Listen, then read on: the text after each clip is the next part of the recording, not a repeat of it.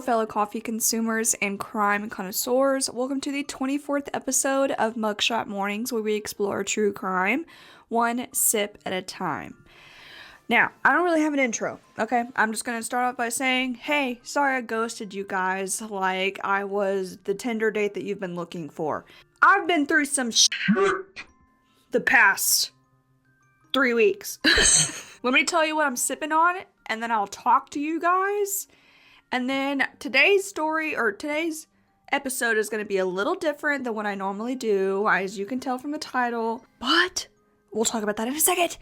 Okay, you see this fatty? So she's actually a cold brew with a protein shake in it, because she's down 5 pounds. 5. Oh, look at my nails. Hi, Morgan. I know you've missed me. Focus. Don't focus on my face. Focus on these. Hell yeah, brother. Look at these puppies. So, Morgan, by the way, if y'all don't know, again, I'll say it every single episode, is my nail tech. One of my friends for life. I love that girl with my whole heart. Welcome back. I have a cold brew with sugar-free caramel in there and a vanilla Fairlife also in here. She is good, big dog. Oh, Jesus Christ. I'm gonna be like literally hearing colors at the end of this episode. Okay, here's a timestamp for the people who don't care and they want to hear me listen. No, and y'all want to listen to me tell you some creepypasta stories. Here's the timestamp so that you can skip ahead. Okay, so I've been through some shit in the past 3 weeks. I sent on my YouTube community. I promise my goal was to post every single week, but let me just preface by saying, for the people who don't know, I have a full-time job that requires me to work sometimes outside of like normal hours. I'm also in school. Oh, technically I have a second job, but I haven't worked there in a while. I think last time I worked there was a few weeks ago. I just pick up until the spring because it's so slow during the summer hours. Or no, it is so slow during the winter hours because of everything. We have a beer garden that has like outside live music. That doesn't matter. Okay, let me just stop. So I applied to grad school. I applied to 13 last year. And I got into 2 and I didn't go. And then I applied this year to only 1 grad school and I'm waitlisted. And I told myself I'll be 26 this year. If I don't get in this year, I'm not going to apply anymore. It's not that I'm giving up on my dream, but I'm not spending my entire 20s applying, and then either getting waitlisted or whatever. So I have a backup plan, but I only figured that out really like last night. I've applied to like 30 jobs in the past year because my job, I love my job. To anybody who's listening that's at my job, it has nothing to do with you guys. For the people who don't know, I'm a contract worker. So my job is not like going to be forever. And I can't be in a place that has a mortgage with car notes and, and just not know where my job lies at the end. Because if I don't get into school, there's so many things up in the air. Like Arkansas is trying to pass master's level psychologist, but you're not really called a psychologist. You're called a licensed practitioner examiner, licensed psychological examiner. I can't remember which state has practitioner or something, but you're a licensed psychological examiner. It's called an LPE or a psych technician. Well, that doesn't go into effect until the fall, if it even passes. It's just in the house right now. So that's great. So I applied to 30 jobs in the past year, and I have been ghosted from 28 of them. 2 of them have rejected me, which is fine. One of them I was kind of pushing my luck with the qualifications, so whatever. But now that I'm waitlisted at tech, I don't know what's going on. Also, we're trying to sell our house just because the area that we're in is literally, the taxes and insurance and everything is going up so significantly. Hey, it's getting kind of hard to afford things, so it is very possible that I will have to move this setup if we end up selling it for something cheaper. Aaron and I really want to find a place that we can like fix up ourselves. Hey. What's her problem? Long story short, it's been a roller coaster of emotions the past 3 weeks.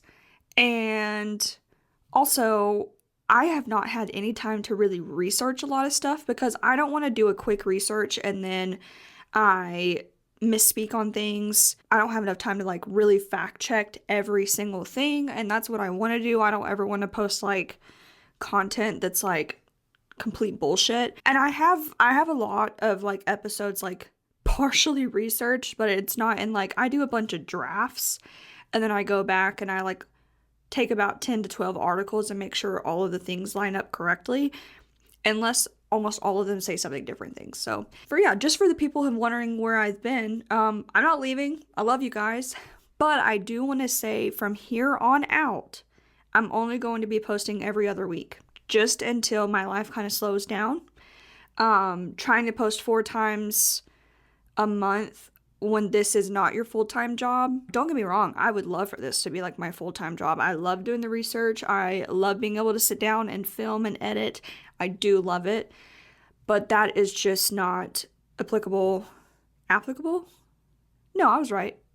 Okay, whatever. It's just not what I can do right now where I'm at in my life. So from here on out, I will be posting bi-weekly every other Thursday, and then whenever that changes and I'm able to post again, weekly, y'all will know. But for right now, only twice a month, or every other week, depending on the month. Oh my god, can I like shut up? Okay, now that I'm gonna stop yapping, we're just gonna get into the stories. Okay, so this is different.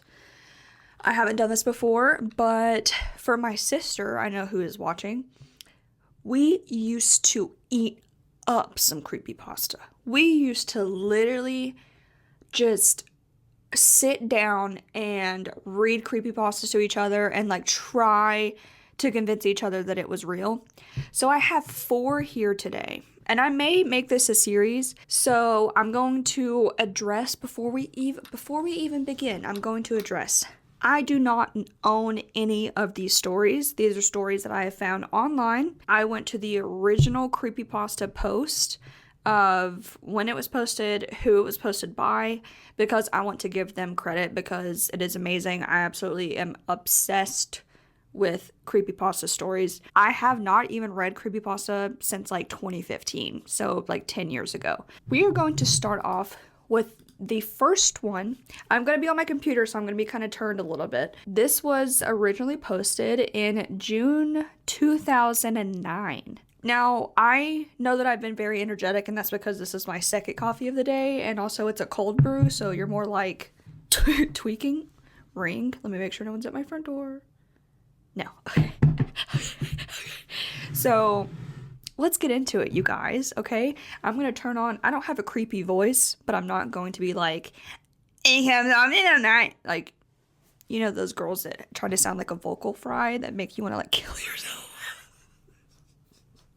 Okay, so this first one, it originates, like I said, in June of 2009, and it is called Candle Cove, and it is it's one of the most famous creepypastas. So let's read this. It creeped me out. Like, and I looked it up, and I think somebody on YouTube like recreated this specific episode or like TV series to make it seem like it was real. But again, this one, not real. Okay. I may do a creepypasta reading episode one day where it's all the true stories, but this one is not a true story. Again, these are all, let me kind of like give an original, like creepypasta background. So if we know what copypasta is, it's where you go and you like post stories on websites or whatever. This one is just with scary stories. So I don't know when the original date was, but pretty much everyone knows where creepypasta is. You know about Slender Man, you know about Smile Dog, you know about Jeff the Killer, things like that. Those stories all originated from creepypasta. This story, again, like I said, is called Candle Cove. It comes often at night. That niggling memory gnawing in some corner of your mind like a rodent chewing the corners of the drywall. The memory of some brightly lit cartoon funland, or a world of puppets. A memory of a TV show you would watch, seated cross-legged on the living room floor with the fixed, enthusiastic attention only a child can give. Attention that you wish now you perhaps hadn't given so freely. For there is something about that show, something about the discordant music, the details of the characters, their motivations and the storylines, the fixed, maniacal grins that seems, looking back, to be altogether too sinister to be a children's show. You try to block the memory out, and yet, there in the back of your mind, most often at night, the puppet's fixed grin keeps on smiling. Now, this is starting the Net Nostalgia Forum that's about television, and somebody that is, their username is SkyShell033, puts the subject as Candle Cove Local Kids Show. She posts, he or she, I don't know, it just says user, so I'll say they. They posted, "Does anyone remember this kids show?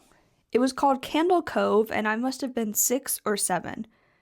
I never found reference to it anywhere, so I think it was on a local station around 1971 or 1972. I lived in Ironton at the time. I don't remember which station, but I do remember it was on a weird time, like 4 p.m. Someone named Mike_Painter65 replies, "It seems really familiar to me. I grew up outside of Ashland and was 9 years old in 1972. Candle Cove. Was it about pirates? I remember a pirate marionette at the mouth of the cave talking to a little girl." SkyShell033 replies, "Yes, okay, I'm not crazy. I remember Pirate Percy. I was always kind of scared of him. He looked like he was built from parts of other dolls. Real low budget. His head was an old porcelain baby doll. Looked like an antique that didn't belong on the body. I don't remember what station this was. I don't think it was WTSF though." Jaren_2005 replies back to this thread. "Sorry to resurrect this old thread, but I know exactly what you mean, Skyshell. I think Candle Cove ran for only a couple months in 1971, but not 1972. I was 12 and I watched it a few times with my brother. It was channel 58, whatever station that was. My mom would let me switch to it after the news. Let me see what I remember. It took place in Candle Cove, and it was about a little girl who imagined herself to be friends with pirates. The pirate ship was called the Laughingstock, and Pirate Percy wasn't a very good pirate because he got scared too easily. And there was Calliope music constantly playing. Don't remember the girl's name, Janice or Jade or something. I think it was Janice." Skyshell replies, "Thank you, Jaren. Memories flooded back when you mentioned the Laughingstock in channel 58. I remember the bow of the ship was a wooden smiling face, with the lower jaw submerged. It looked like it was swallowing the sea, and it had that awful Ed Wynn voice and laugh. I especially remember how jarring it was when they switched from the wooden plastic model to the foam puppet version of the head that talked." Mike_Painter replies, "Haha, I remember now too. Do you remember this part, Skyshell? You have to go inside?" Skyshell replies to Mike, "Ugh, Mike, I got a chill reading that. Yes, I remember. That's what the ship always told Percy when there was a spooky place he had to go in, like a cave or a dark room where the treasure was. And the camera would push in on Laughingstock's face with each pause. You have to go inside. With his 2 eyes askew and that flopping foam jaw and the fishing line that opened and closed it. Ugh, it just looked so awful and cheap. You guys remember the villain? He had a face that was just a handlebar mustache above really tall, narrow teeth." Kevin_Hart replies, "I honestly thought the villain was Pirate Percy. I was about 5 when the show is on. Nightmare fuel." Jaren_2005 replies, "That wasn't the villain. The puppet with the mustache. That was the villain's sidekick, Horace Horrible. He had a monocle too, but it was on top of the mustache. I used to think that meant he had only one eye. But yeah, the villain was another marionette. The Skin Taker. I can't believe they let us watch this back then. Kevin_Hart replies, Jesus H. Christ, the Skin Taker. What kind of a kid's show were we watching? I seriously could not look at the screen when the Skin Taker showed up. He just descended out of nowhere on his strings, just a dirty skeleton wearing that brown top hat and cape, and his glass eyes that were too big for his skull. Christ almighty. Sky Shell replies, wasn't his top hat and cloak all sewn up crazily? Was that supposed to be children's skin? Mike Painter replies, yeah, I think so. Remember his mouth didn't open and close? His jaw just slid back and forth. I remember the little girl said, why does your mouth move like that? And the Skin Taker didn't look at the girl but at the camera and said, to grind your skin. Sky Shell replies, I'm so relieved that other people remember this terrible show. I used to have this awful memory. A bad dream I had where the opening jingle ended, the show faded in from black, and all the characters were there, but the camera was just cutting to each of their faces, and they were just screaming. And the puppets and marionettes were flailing spastically, and just all screaming. The girl was just moaning and crying like she had been through hours of this. I woke up many times from that nightmare. I used to wet the bed when I had it. Kevin_Hart replies, I don't think that was a dream. I remember that. I remember that was an episode.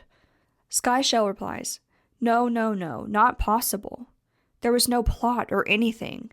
I mean literally just standing in place crying and screaming for the whole show. Kevin_Hart replies, maybe I'm manufacturing the memory because you said that, but I swear to God I remember seeing what you described. They just screamed. Jaren_2005 replies, oh God, yes, the little girl Janice. I remember seeing her shake. And the Skin Taker screaming through his gnashing teeth, his jaw careening so wildly I thought it would come off its wire hinges. I turned it off and it was the last time I watched. I ran to tell my brother and he didn't have the courage to turn it back on. Mike_Painter replies back, I visited my mom today at the nursing home. I asked her about when I was little in the early 70s, when I was 8 or 9, and if she remembered a kids show, Candle Cove. She said she was surprised I could remember that, and I asked why. And she said, because I used to think it was so strange that you said, I'm gonna go watch Candle Cove now, Mom. And then you would tune the TV to static and just watch dead air for 30 minutes. You had a big imagination with your little pirate show.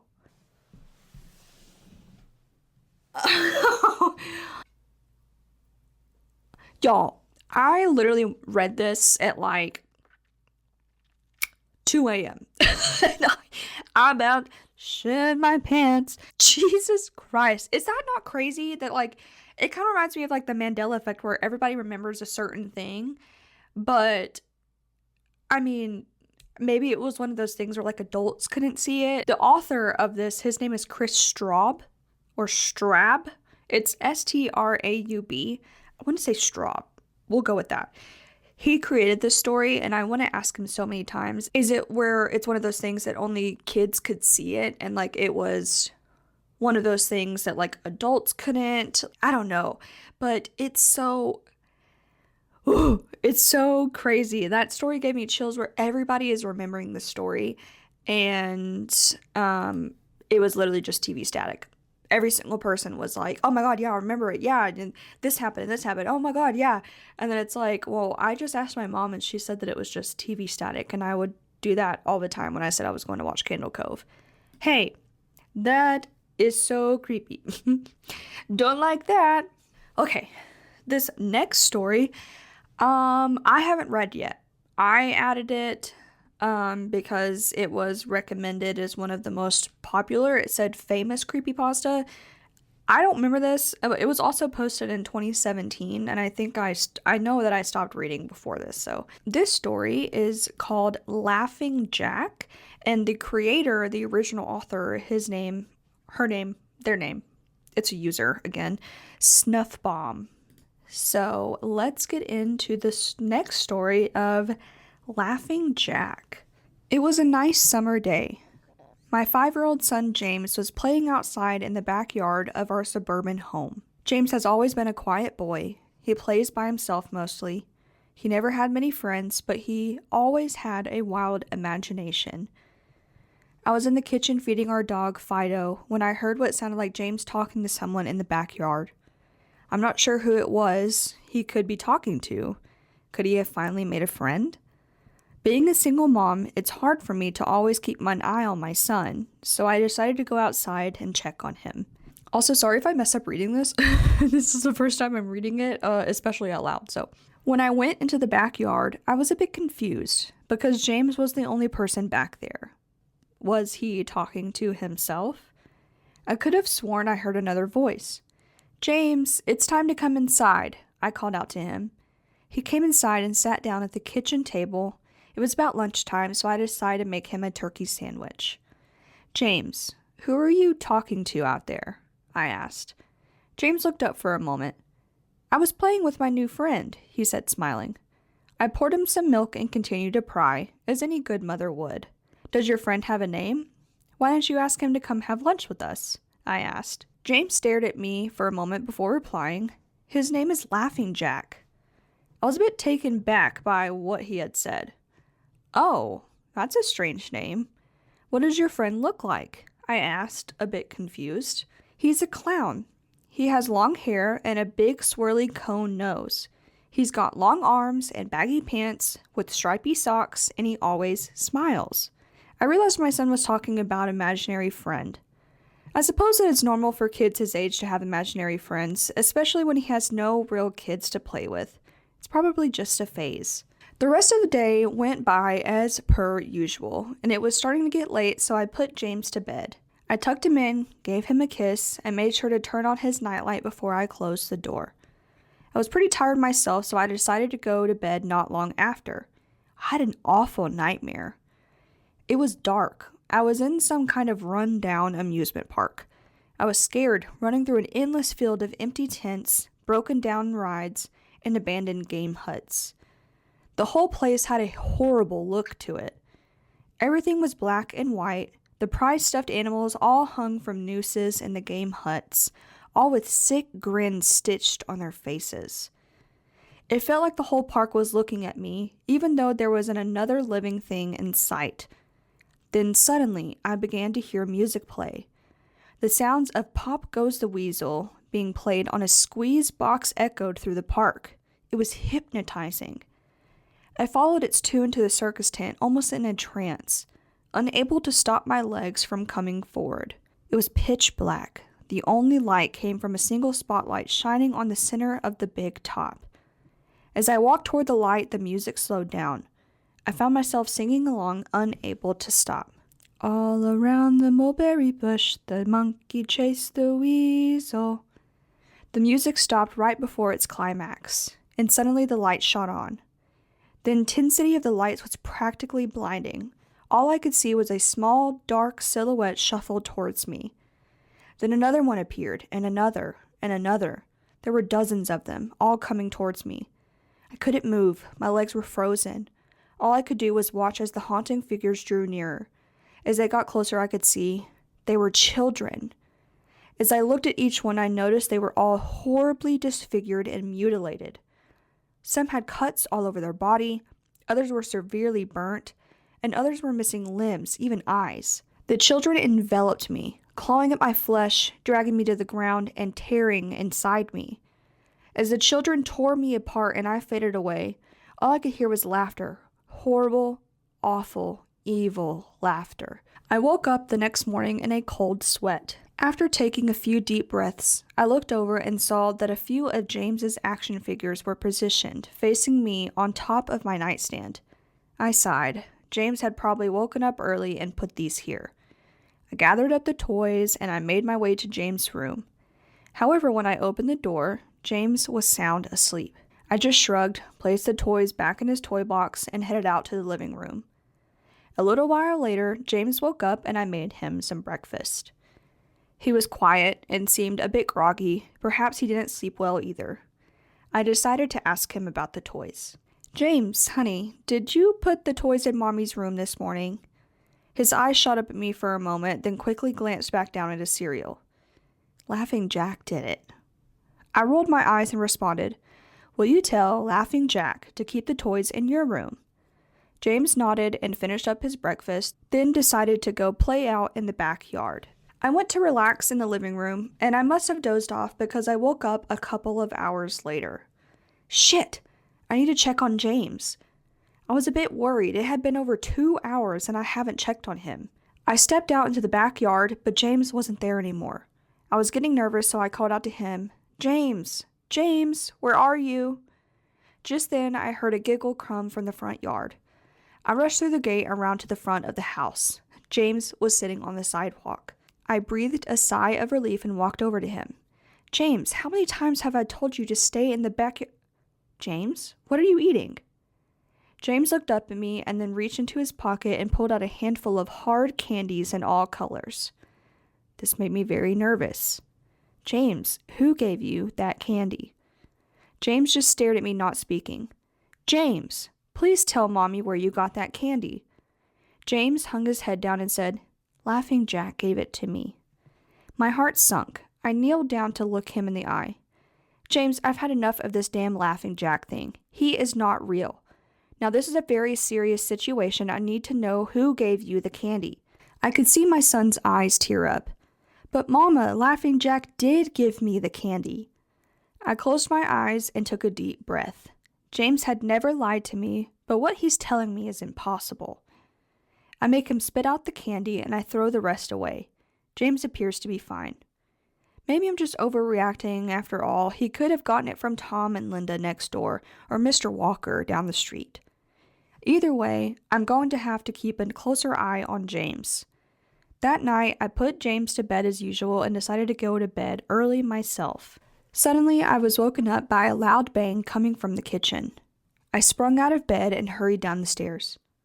When I got to the kitchen, I was horrified. Everything on the counter had been thrown on the floor, and our dog Fido hung dead from the light fixture. Holy shit. Sorry. Again, this is the first time I've read this story. Jesus Christ. Okay. Whew. His stomach was cut open and stuffed with candy, the same type that James was eating earlier that day. My shock was quickly broken by a sharp scream coming from James's room, followed by loud crashes. I quickly grabbed a knife from the drawer and moved up the stairs with the speed that only a mother whose child is in danger could have. I burst through the door and flicked on the lights. Everything in the room was knocked over and tossed on the floor. My poor son in his bed crying and shaking with fear, a pool of urine staining the sheets. I scooped my child up and ran out of the house and went next door to Tom and Linda's house. Luckily, they were still awake. They let me use their phone and I called the police. It didn't take them long to arrive, and I explained what had happened. They looked at me as if I were crazy.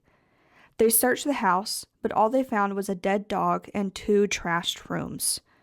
The officer told me that someone had probably gotten into the house and done this right before making a quick escape when they heard me coming up the stairs. I knew it wasn't true. All the doors were locked and none of the windows were open. Whatever was in my house didn't come from outside. Whew. Sorry, I have chills. And I don't even have the fan on. Okay. The next day, James stayed inside. I didn't want him to leave my sight. I went into the garage and found his old baby monitor. I set it up in his room so if anything came tonight, I was going to be able to hear it. I went to the kitchen and grabbed the largest knife from the drawer and put it on my nightstand. Imaginary friend or not, I'm not letting anything hurt my little boy. Soon enough, night came. I put James to bed. He was afraid, but I promised him that I wasn't going to let anything happen to him. I tucked him in, gave him a kiss, and turned on the night light. Before closing the door, I whispered to him, "Good night, James. I love you." I tried to stay up as long as I could, but after a few hours, I felt myself drifting off. My baby would be safe for the night, and I needed to sleep. Just as I laid my head down on the pillow, I heard a soft noise come from the baby monitor I had put on my nightstand. At first, it sounded like interference, like the kind a radio would make. Then it turned to a soft moan. Was James asleep? Then I heard it. The laugh from my nightmare, that horrible laugh. I sprung up from the bed and grabbed the knife under my pillow. I rushed over to James' room and creaked the door open. I tried the light switch, but it wouldn't come on. I took a step in and I could feel the warm, thick liquid on my feet. Suddenly, James' nightlight came on, and I could see the absolute horror laid out in front of me. Okay. Prepare yourself for the next part. I know this is a fictional story, but this is pretty scary. James's body was nailed up on the wall, the nails piercing through his hands and feet. His chest was cut wide open and his organs hung down to the floor. His eyes and tongue had been removed along with most of his teeth. I was disgusted. I could hardly believe this was my baby boy. Then I heard it again, the soft, desperate moan. James was still alive. My baby, my poor baby, in so much pain, barely clinging to life. I ran across the room and vomited on the floor, but my sickness was interrupted by a horrible cackle coming from behind me. I spun around while still wiping bile from my mouth, then out of the shadows emerged the fiend responsible for all of this horror, Laughing Jack. His ghost white skin and matted black hair hung down to his shoulders. He had piercing white eyes surrounded by dark black rings. His twisted smile revealed a row of sharp, jagged teeth, and his skin didn't look like skin at all. It almost looked like it was rubber or plastic. He wore a patchy, black and white clown outfit with striped sleeves and socks. His body itself was grotesque, his long arms hanging down past his waist, and the way he was poised made him look almost boneless, like a rag doll. He let out a sickening laugh as to let me know he was pleased with my reaction to his work. He then turned around slowly in front of James and began to laugh even more at the horrific sight he has laid out. That was enough to shake me from my terror. I snapped, "Get away from him, you bastard!" I rushed at the monster, raising the knife above my head and stabbed down at him. But as soon as the knife touched him, he disappeared in a cloud of black smoke. The knife passed right through and pierced James' still beating heart, splashing the warm blood on my face. No, what have I done? My baby, I just killed my baby. I immediately fell to my knees, and I could hear sirens in the distance growing louder. My boy, my sweet baby boy, I promised Mommy would protect you, but I failed. I'm sorry, James, I'm so sorry. Please soon arrive to find me in front of my son, still wielding the knife covered in my baby's blood. The trial was short. Insanity. I was placed in the house for the criminally insane, where I have been for the past 2 months. It's not so bad here. The only reason I'm awake now is because someone is playing Pop Goes the Weasel outside of my window. I'll talk to the orderlies about it in the morning.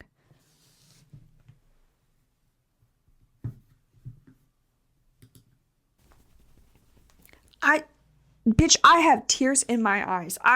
That one got me. Okay, most stories like that don't really get me where I'm like, oh, that's a good one. This one, y'all, I wish you could see the little goosebumps I have on my freaking arm right now. I'm about to pass away. I'm so sorry that one was dark. That was the first time I had read it. Okay, this is just the psychologist in me. That story would have freaking done numbers if she was like schizophrenic. I know this is a fictional story. Okay, let's be real for a second. I know that the dog was fictional. The entire story was fictional. But what if like she killed the dog? You know what I mean? What if she killed the dog? What if she made up Laughing Jack and her son was completely innocent? Oh, y'all, okay. that one got me. That one was really creepy as hell. I gotta be real. All right, this is the last story, you guys. Last story. Happy Creepypasta episode. Okay, this one is the one that I told you about in the beginning that I fully thought was real until, like, I want to say a few years ago. And, like, I'm very positive that it definitely says that this is not real. And keep in mind, before I start reading, this is not real. But I had, like, tricked my mind. Psychosis. I had tricked my mind that, oh no, this is real. This is something that, like, would happen. So this one is called the Russian Sleep Experiment. And I know most of you bitches know about this one. So this one scares me a lot. So, yeah, y'all probably know this one, but this one's probably one of my favorite creepypasta stories of all time. Russian researchers in the late 1940s kept 5 people awake for 15 days using an experimental gas-based stimulant. They were kept in a sealed environment to carefully monitor their oxygen intake so the gas didn't kill them, since it was toxic in high concentrations. This was before closed circuit cameras, so they only had microphones and a 5-inch thick glass porthole-sized windows into the chamber to monitor them. The chamber was stocked with books, cots to sleep on but no bedding, running water, and a toilet, and enough dried food to last all 5 for over a month. The test subjects were political prisoners deemed enemies of the state during World War II.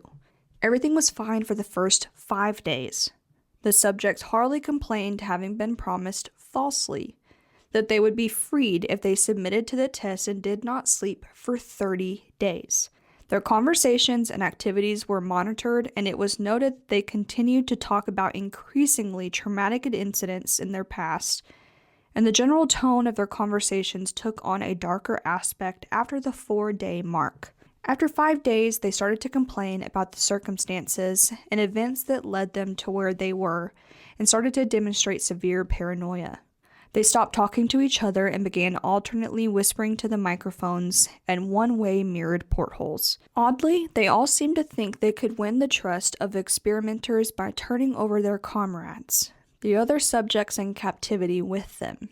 At first, the researchers suspected this was an effect of the gas itself. After 9 days, the first of them started screaming. He ran the length of the chamber, repeatedly yelling at the top of his lungs for 3 hours straight. He continued attempting to scream, but was only able to produce occasional squeaks. The researchers postulated that he had physically torn his vocal cords. The most surprising thing about this behavior is how the other captives reacted to it, or rather didn't react to it. They continued whispering to the microphones until the second of the captives started to scream. The 2 non-screaming captives took the books apart, smeared page after page with their own feces, and pasted them calmly over the glass portholes. The screaming promptly stopped. So did the whispering to the microphones.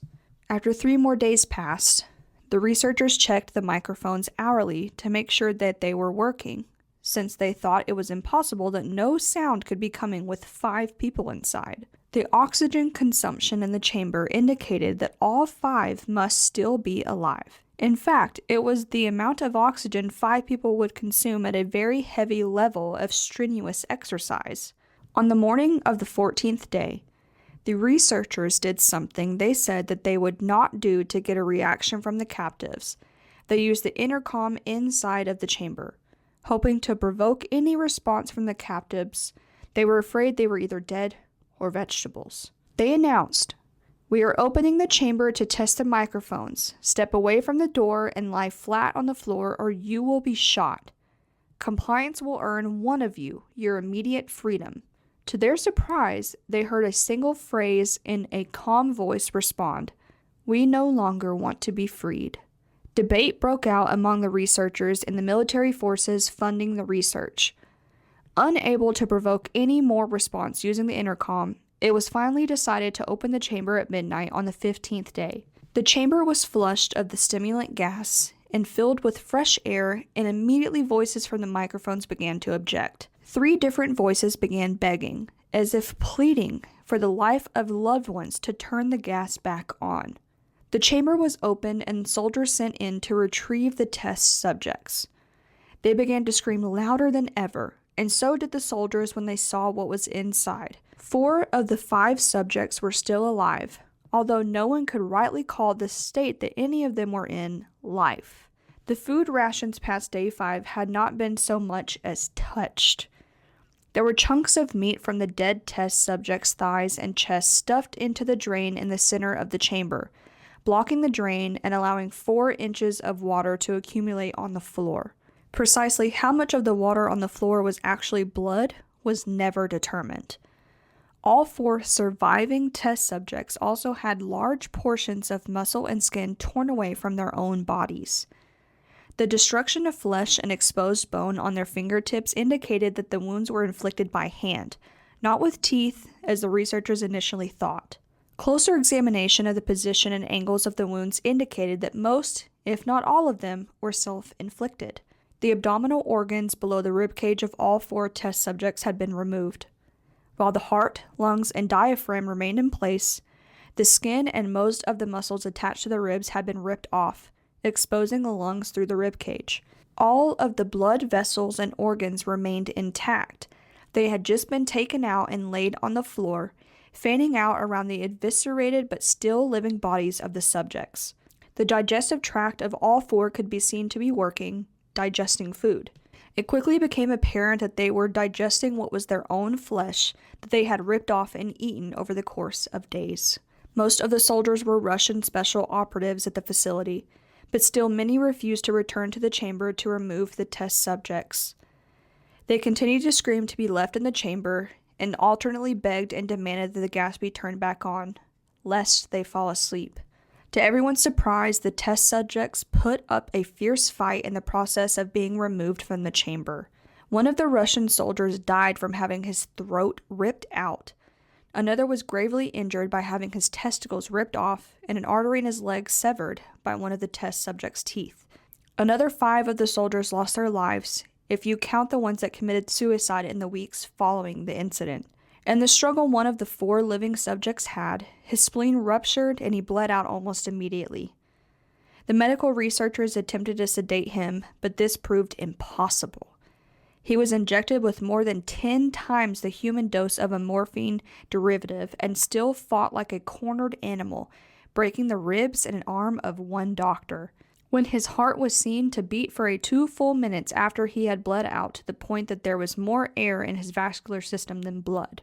Even after it stopped, he continued to scream and flail for another 3 minutes, struggling to attack anyone in reach and just repeating the word "more" over and over, weaker and weaker, until he finally fell silent. Their surviving 3 test subjects were heavily restrained and moved to a medical facility. The 2 with intact vocal cords continuously begged for the gas, demanding to be kept awake. The most injured of the 3 was taken to the only surgical operating room that the facility had. In the process of preparing the subject to have his organs placed back within his body, it was found that he was effectively immune to the sedative they had given him to prepare him for the surgery. He fought fiercely against his restraints when the anesthetic gas was brought out to put him under. He managed to tear most of the way through a 4-inch wide leather strap on one wrist, even though the weight of a 200-pound soldier was holding that wrist as well. It took only a little more anesthetic than normal to put him under, and the instant his eyelids fluttered and closed, his heart stopped. In the autopsy of the test subject that died on the operating table, it was found that his blood had tripled the normal level of oxygen. His muscles that were still attached to his skeleton were badly torn, and he had broken 9 bones in his struggle to not be subdued. Most of them were from the force his own muscles had exerted on them. The second survivor had been the first of the group of 5 to start screaming. His vocal cords destroyed, and he was unable to beg or object to surgery, and he only reacted by shaking his head violently in disapproval when the anesthetic gas was brought near him. He shook his head yes when someone suggested, reluctantly, they try surgery without anesthetic, and he did not react for the entire 6-hour procedure of placing his abdominal organs and attempting to cover them with what remained of his skin. The surgeon presiding stated repeatedly that it should be medically impossible for the patient to still be alive. One terrified nurse assisting the surgery stated that she had seen the patient's mouth curl into a smile several times whenever his eyes met hers. When the surgery ended, the subject looked at the surgeon and began to wheeze loudly, attempting to talk while struggling. Assuming this must be something of drastic importance, the surgeon had a pen and pad fetched so that the patient could write his message. It was simple. Keep cutting. The other 2 subjects were given the same surgery, both without anesthetic as well. Although they had to be injected with a paralytic for the duration of the operation, the surgeon found it impossible to perform the operation while the patients laughed continuously. Once paralyzed, the subject could only follow the attending researchers with their eyes. The paralytic cleared their system in an abnormally short period of time, and they were soon trying to escape their bonds. The moment they could speak, they were again asking for the stimulant gas. The researchers tried asking why they had injured themselves, why they had ripped out their own guts, and why they wanted to be given the gas again. Only one response was given: I must remain awake. All 3 subjects' restraints were reinforced, and they were placed back into the chamber awaiting determination as to what should be done with them. The researchers, facing the wrath of the military benefactors for having failed the stated goals of their project, considered euthanizing the surviving subjects. The commanding officer, a former KGB agent, instead saw potential and wanted to see what would happen if they were put back on the gas. The researchers strongly objected, but they were overruled. In preparation for being sealed in the chamber again, the subjects were connected to an EEG monitor and had their restraints padded for a long-term confinement. To everyone's surprise, all 3 stopped struggling the moment it let slip that they were going back on the gas. It was obvious that at this point, all 3 were putting up a great struggle to stay awake. One of the subjects that could speak was humming loudly and continuously. The mute subject was straining his legs against the leather bonds with all his might, first left, then right, then left again, just for something to focus on. The remaining subject was holding his head off his pillow and blinking rapidly. Having been the first to be wired for EEG, most of the researchers were monitoring his brainwaves in surprise. They were normal most of the time, but sometimes flatlined inexplicably. It looked as if he were repeatedly suffering from brain death before returning to normal. As they focused on paper scrolling out of the brainwave monitor, only one nurse saw his eyes slip shut at the same moment his head hit the pillow. His brainwaves immediately changed to that of a deep sleep, then flatlined for the last time as his heart simultaneously stopped. The only remaining subject that could speak started screaming to be sealed in now. His brainwaves showed the same flat lines as one who had just died from falling asleep. The commander gave the order to seal the chamber with both subjects inside, as well as the 3 researchers. One of the named 3 immediately drew his gun and shot the commander point blank between his eyes, then turned the gun on the mute subject and blew his brains out as well. He pointed the gun at the remaining subject, still restrained to a bed, as the remaining members of the medical and research team fled the room. "I won't be locked in here with these things. Not with you." He screamed at the man strapped to the table. "What are you?" he demanded. "I must know." The subject smiled. "Have you forgotten so easily?" the subject asked. "We are you. We are the madness that lurks within you all, begging to be free at every moment in your deepest animal mind. We are what you hide from in your beds every night. We are what you sedate into silence and paralysis when you go to the nocturnal haven where we cannot tread." The researcher paused, then aimed at the subject's heart and fired. The EEG flatlined as the subject weakly choked out, "So nearly free." Y'all, that reminds me of that story of Expressionless or something. That lady that like walks in and it literally looks like she cannot move her face at all, and then she like chokes out a kitten, and then when the doctors are working on her, he's like, "What are you?" and she's like, "I am God." That story, I'm telling you, there's a girl I used to be really close friends with, like going into my freshman year of college. Her name was Natasha. I don't know where she is now. I think she lives in New York City. But anyways, I watched that video right before I went to her house for the very first time. And I think my mind tricked me into being like, this is a new place, this is an unfamiliar place, and you're scared. Because I watched The Expressionless. I remember reading about it, and then I watched a video on it. And I literally could not sleep because I was like, that lady's gonna come in here and get me. I'm telling you, I stayed up for like 40 something hours because I could not sleep. And then when I texted my sister, I was like, you need to watch this. She texted me and she said, "I slept with the lights on all night, you bitch." Yeah. That one got me. This story got me because I probably have already edited the picture in here, but yeah, when I saw that picture for the first time, hey, pooped, scared, all of it. There you guys go. There are some creepypasta stories for you guys. Please let me know if y'all liked this style of episode compared to my cults, conspiracies, true crime, things like that. All things eerie is just kind of like what I like to talk about. If that is something that y'all want to continue or want me to continue, please let me know down below. I also still have 2 affiliate links and codes down below with Movavi and NordVPN. Click those codes, you get a certain % off. Make sure you do it through the link though, so that way they know that you came from this channel. It is not a sponsorship. Yeah, thank you guys for listening. If you're on YouTube, please be sure to like, subscribe, and tell your friends. If you're audio only, please be sure to rate this podcast. Rate this podcast 5 stars. Share with your friends. Download the episode. Thank you guys so much for listening, and I'll see you in the next episode. Bye.